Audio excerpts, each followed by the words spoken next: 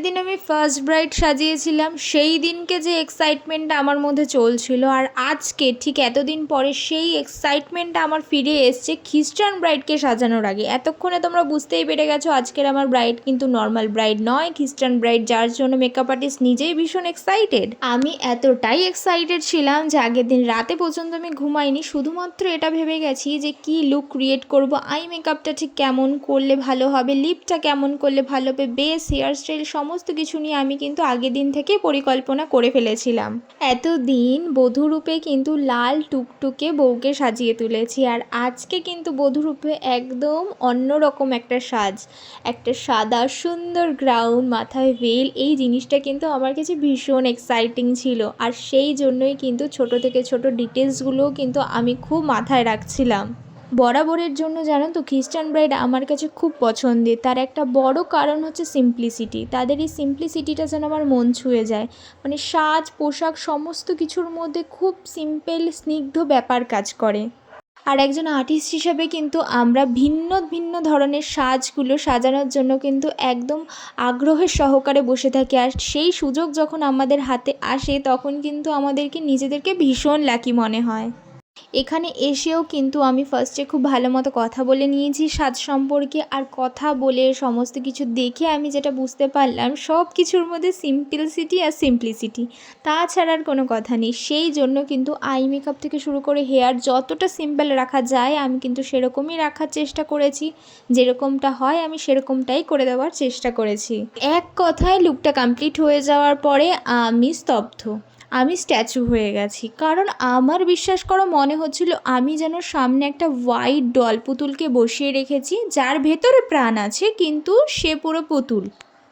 আমার জানো তো ছোটোবেলা একটা পুতুল ছিল, যেটা আমার দাদু ঠাকুমা আমাকে কিনে দিয়েছিল আমার বার্থডেতে। সেটা অনেকটা বড় ছিল, আর ঠিক এরকম হচ্ছে পুতুলটা ডান্স করতে, এরকম হোয়াইট কালারের গ্রাউন্ড পরানো, পুরো এরকম গ্রাউন্ডটা এরকম ফুলে যেত ছাতার মতো সিমিলার। একদম আমি যদি দেখাতে পারতাম আমি দেখাতাম, পুরো পাশাপাশি রাখলে মনে হতো যে দুটো একই জিনিস, কোনো ডিফারেন্স নেই। বিশ্বাস করো ড্রেসটাও এরকম ছিল, কোনো ডিফারেন্স নেই। আমার সেই পুতুলটার কথা বারবার মনে পড়ছিল আমার ব্রাইডকে দেখে। এই ফার্স্ট টাইম আমার নিজের হাতের করা এত সুন্দর একটা লুক আমি নিজে এক্সপিরিয়েন্স করছিলাম দাঁড়িয়ে দাঁড়িয়ে, যে কতটা সুন্দর লাগছে।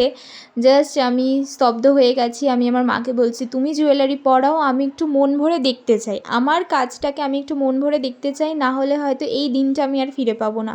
চোখে যতটা হয় আমি একটু বন্দি করে রাখতে চাই আজকের আমার ব্রাইডটিকে। আর এইবার আসছে সেই মুহূর্ত, যেই মুহূর্তটার জন্য আমি খুব খুব এক্সাইটেড ছিলাম। এই ভেল, আমি এটা জানতে পারি এটাকে হয়তো ভেল বলে, মানে মাথার এই ওড়নাটা, মানে এইটা লাগানোর জন্য আমি খুব এক্সাইটেড ছিলাম। কারণ এইটা ওদের জন্য খুব ইম্পর্টেন্ট, মানে আমাদের যেমন মাথার ওড়নাটা খুব ইম্পর্টেন্ট, ওদের কাছেও কিন্তু এই ভেলটা ভীষণ ইম্পর্টেন্ট লাগানো। আর ওদের ক্রাউন একটা বসে, এই ভিডিওতে তোমরা দেখতে পাবে। এই দুটো জিনিস কিন্তু খুব ইম্পর্টেন্ট, আর এই দুটো জিনিস লাগানোর পরে যেন লুকটা আরও বেশি সুন্দর হয়ে যাচ্ছিলো। এত কথা বলে গেলাম, ব্রাইডকে নিয়ে কিন্তু একটা কথা বললাম না। ভেবেছিলাম ব্রাইডকে নিয়ে কোনো কথাই বলবো না, কারণ এই নিয়ে 10 বারের মতো ভয়েস ওভার দিচ্ছি। যতবার ব্রাইডকে নিয়ে কথা বলতে গেছি ততবার চোখ থেকে জল বেরিয়ে গেছে। অলরেডি 2-3 বার কেঁদেও দিয়েছি, কারণ এই যে মানুষটা রয়েছে, মানে এই যে পেচিটা রয়েছে, ও কিন্তু আমার বেস্ট ফ্রেন্ড বললেও কম হবে, বোন বললেও কম হবে। ও কি আমার জন্য, আমি আর আমার বাড়ির লোক সেটা জানি।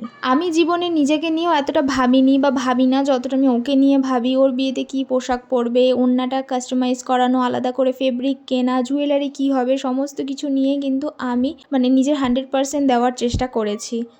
কিন্তু সত্যি কথা বলতে কপালের ফের দেখো, কপাল আমার এতটাই খারাপ, সমস্ত কিছু করার পরে মেন বিয়েটার সময় আমি থাকতে পারলাম না। এই কষ্টটা সারা জীবন থাকবে। 23শে জানুয়ারি সরস্বতী পুজো, ব্রাইডাল ডেট, মানে বুঝতে পারছো কতটা পিক ডেট ছিল, সবাই জানি। আর সেই দিনকে যেহেতু আমার নেক্সট লোকেশনে কাজ ছিল অনেকটা দূরে, সেটা হাবড়া অশোকনগরে, কমিটমেন্ট দিয়েছি ব্রাইডের কাছে তো যেতেই হবে। আর সেই জন্যই কিন্তু আমার ভীষণ কষ্ট হচ্ছিল ওকে ছেড়ে যেতে। আমি আমার কাজটাকে ভীষণ ভালোবাসি। লাইফে ফার্স্ট টাইম মাকে ধরে বলেছিলাম মা আজকে না কাজে যাব না, মানে এতটাই ওকে ছেড়ে যেতে আমার কষ্ট হচ্ছিল। আর এই হচ্ছে সেই মানুষটা যে আমার বান্ধবীকে নিয়ে চলে গেছে। চলে যাওয়ার পরে মুখে আনন্দ দেখেছো বউকে পাশে পেয়ে, মানে শালিকে তো ভুলেই গেছে।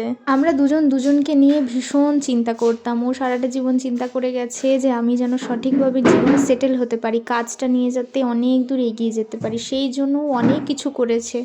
অন্য একটা ভিডিওতে শেয়ার করব সেটা তোমাদের সাথে। আর আমি সারা জীবন ভেবে গেছি যে ও যেন একটা সঠিক মানুষের হাত ধরে সেটেল হতে পারে। আর আজকে যখন এই দিনটাতে আমি দেখতে পাচ্ছি যে একটা সঠিক মানুষ ওর পাশে আছে, ও খুব ভালো মতো জানে যে আমার থেকে বেশি খুশি এই পৃথিবীতে ওর জন্য আর কেউ হচ্ছে না।